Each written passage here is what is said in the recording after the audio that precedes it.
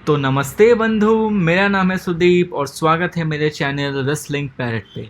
तो समरस्लैम खत्म होने के बाद ना सबके दिमाग में एक क्वेश्चन ज़रूर होगा कि आखिर क्यों ब्रॉक लेसनर और बेकी लिंच का रिटर्न एक साथ कराया गया इस शो के अंदर। अगर आप वो जानने में इंटरेस्टेड हैं तो इस वीडियो को लास्ट तक ज़रूर देखते रहिए। इसके साथ साथ हम ये भी बात करेंगे कि क्या क्या हुआ समरस्लैम के बाद में। तो चलिए शुरू करते हैं। तो बैकस्टेज एक इंटरव्यू लिया जाता है बॉबी लैशली और एमवीपी का। तो उनसे इंटरव्यू ये पूछते हैं कि देखो तुमने गोल्डबर्ग को तो हरा दिया, ठीक है, लेकिन इस बार तुम्हारी जीत में कोई अलग कुछ लग रहा है क्या तुमको? तो लैशली कहते हैं कि देखो मेरा काम है यहाँ पे सिर्फ बीटिंग देना, जो भी तुम्हारे क्वेश्चन है, जो भी बातें करनी है तुम ये एमवीपी से करो, वो तुम्हारे सारे क्वेश्चन का आंसर देंगे। और ये कह के वो एमवीपी की तरफ इशारा करते हैं।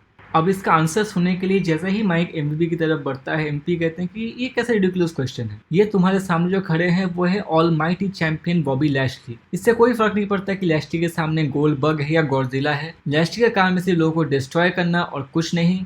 और वही हुआ आज गोल्डबर्ग के साथ। अब मेरे हिसाब से रॉ में तो ऐसा कोई खास बंदा बचा है नहीं जो कि लैशली को आके चैलेंज कर सके। और ब्रॉक लेसनर भी अभी रोमन रेन की तरफ गए हुए हैं। तो आगे देखते हैं लैशली के पास कौन आके चैलेंज करते हैं और उनसे डब्ल्यूडब्ल्यूई चैंपियनशिप कौन वापस ले सकते हैं।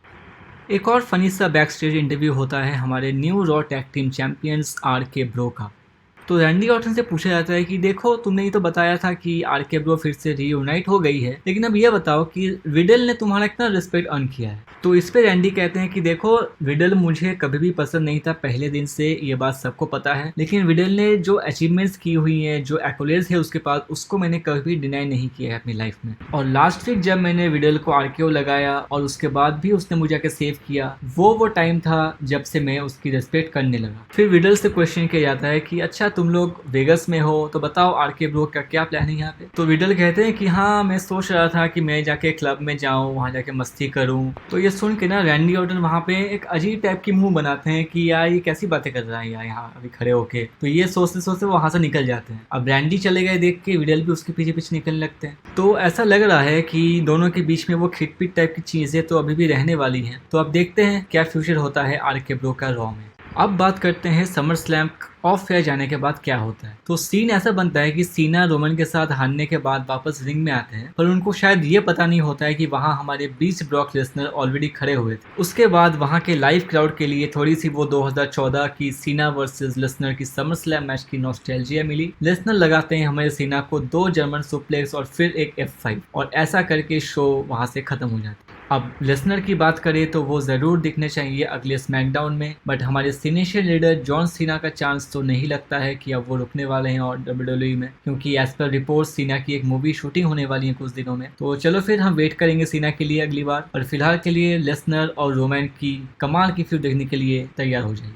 अब हम बात करते हैं हमारे final story of the day के बारे में। तो ये तो सबको ज़रूर पता था कि लेसनर आज नहीं तो कल डब्ल्यूडब्ल्यूई में कभी ना कभी वापस तो आने ही वाले हैं, लेकिन वो कब वापस आएंगे इसकी इन्फॉर्मेशन ज़्यादा किसी के पास नहीं थी। और एक क्वेश्चन ये भी था कि जब भी लेसनर वापस आएंगे तो क्या वो बॉबी लैशली के पीछे जाएंगे या फिर रोमन रेंस के पीछे जाएंगे। और जबकि अब वो रोमन रेंस की तरफ आ गए हैं तो कुछ थ्योरीज हो सकती है इसके पीछे कि क्यों अचानक से लेसनर का रिटर्न करवाया गया और वो क्यों रोमन रेंस की तरफ वापस गए हैं। देखो एक बात तो आप लोग मानोगे ही कि रोमन रेंस का अभी जैसा कैरेक्टर है उसके लिए स्मैकडाउन में ज्यादा कोई बिलीवेबल ओपोनेंट बचे नहीं है। हाँ आप एक बार ये कह सकते हो कि सेथ रॉलिंस तो है, लेकिन सेथ रॉलिंस अभी अभी एज के साथ हार के आ रहे हैं, तो उतना ज्यादा सेंस नहीं बनेगा कि वो रॉलिंस रेंस को जाके चैलेंज करे। तो पहला रीजन ये हो सकता है कि रोमन को एक स्ट्रॉन्ग बिलीवेबल ओपोनेंट देने के लिए लेसनर का रिटर्न प्लान किया गया हो। और क्या पता शायद लेसनर ही वो हो जो फाइनली रोमन रेन का रेन तोड़ पाए और बन जाए नए यूनिवर्सल चैंपियन। दूसरा जो रीजन हो सकता है वो पहले वाले रीजन से काफी मैच करता है, जो कि है ब्रॉक लेसनर ने इस वाले रोमन रेन को कभी भी फेस नहीं किया है। आपको ये तो पता है कि रोमन और ब्रॉक के पहले जितने भी मैचेस हुए हैं सब मैचेस में रोमन ने ऐसे बेबी फेस काम किया हुआ है, बट इस बार उसकी गिमिक बिल्कुल अलग है। तो देखते हैं कैसी रहती है ये फ्यूड। अब बस सैटरडे का वेट करो, स्मैकडाउन कमाल की होने वाली है।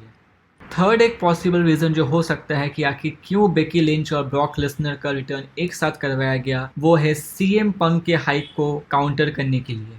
सीएम पंक क्योंकि एक फैन फेवरेट सुपरस्टार हैं, तो अब ज्यादातर रेसलिंग फैंस वहां मूव कर सकते हैं जहां पे वो काम करेंगे। तो डब्ल्यूडब्ल्यूई भी अपने दाव खेलने के लिए और सरप्राइजेस देने के लिए माहिर मानी जाती है। तो आने वाले कुछ टाइम में लगता है रेसलिंग फैंस के लिए बहुत अच्छा टाइम गुजरने वाला है। तो अब देखते हैं आगे क्या क्या होता है। तो आज की ये वीडियो यहीं तक की थी। अगर आपको ये पसंद आई है तो इसको लाइक और शेयर करना ना भूलें। उसके साथ साथ चैनल को ज़रूर सब्सक्राइब करके नोटिफिकेशन बेल को भी ऑन कर दीजिए, ताकि आपको रेसलिंग से जुड़ी हर न्यूज़, इवेंट्स और अपडेट्स की जानकारी इस चैनल पर मिलती रहे। तो ठीक है बंधु, मिलते हैं।